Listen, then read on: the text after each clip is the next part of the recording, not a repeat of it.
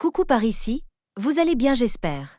Bonjour et bienvenue au 6e épisode de Phobie. Dites-moi ce que vous avez pensé du précédent, en commentaire et surtout likez, partagez et abonnez-vous. Vos avis et commentaires motivent.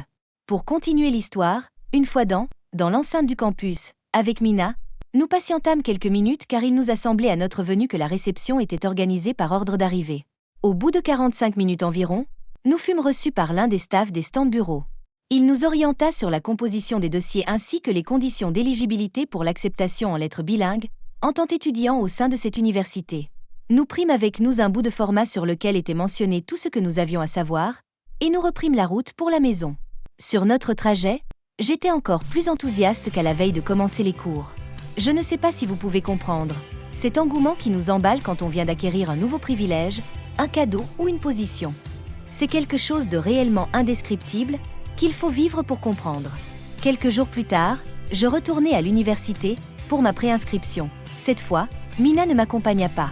Je procédai à l'inscription en ligne, tout en prenant soin de fournir les éléments nécessaires. Puis, ayant constitué le dossier physique, je me rendis à la scolarité pour le dépôt. Il faut noter que ce fut un processus long et éreintant quand on pense aux longs files d'attente qu'il fasse faire dans les rangs devant la banque afin de pouvoir payer les frais de préinscription.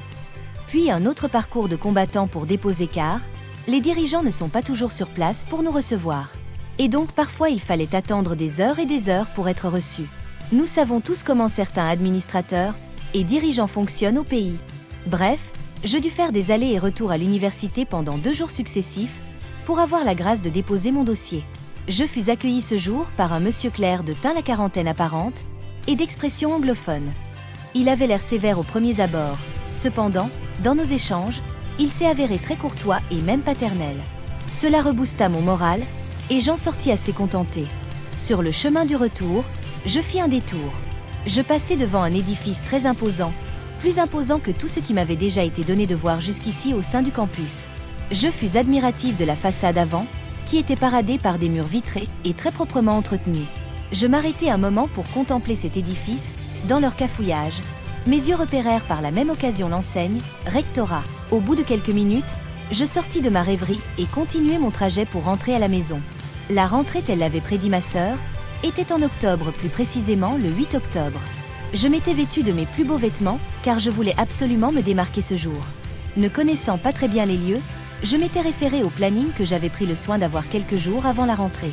J'arrivai au campus, précisément au bâtiment Douala Mangabel du campus 2 de l'université, vers 7h50, car selon le programme, c'est en R102 que nous devions avoir cours.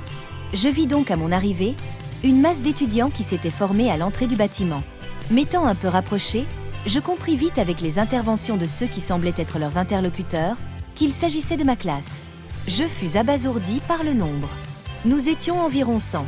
Et grande fut ma surprise lorsque j'entendis l'un de ceux qui nous orientait et conseillait dire que selon ce qu'ils savent, nous sommes bien plus nombreux inscrits à ce niveau.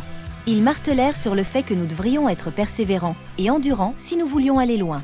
Et que si nous savions ce pourquoi nous étions là, rien ne devait nous décourager. Je compris plus tard pourquoi ce discours motivateur avec plein de sous-entendus péjoratifs pour les jeunes esprits que nous étions.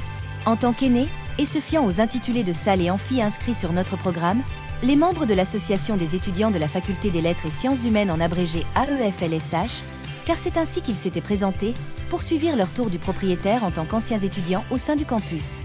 C'est déjà la fin de cet épisode, rendez-vous au 7e. En attendant, n'oublie pas de me dire ce que tu en as pensé dans les commentaires. Bisous, à la prochaine.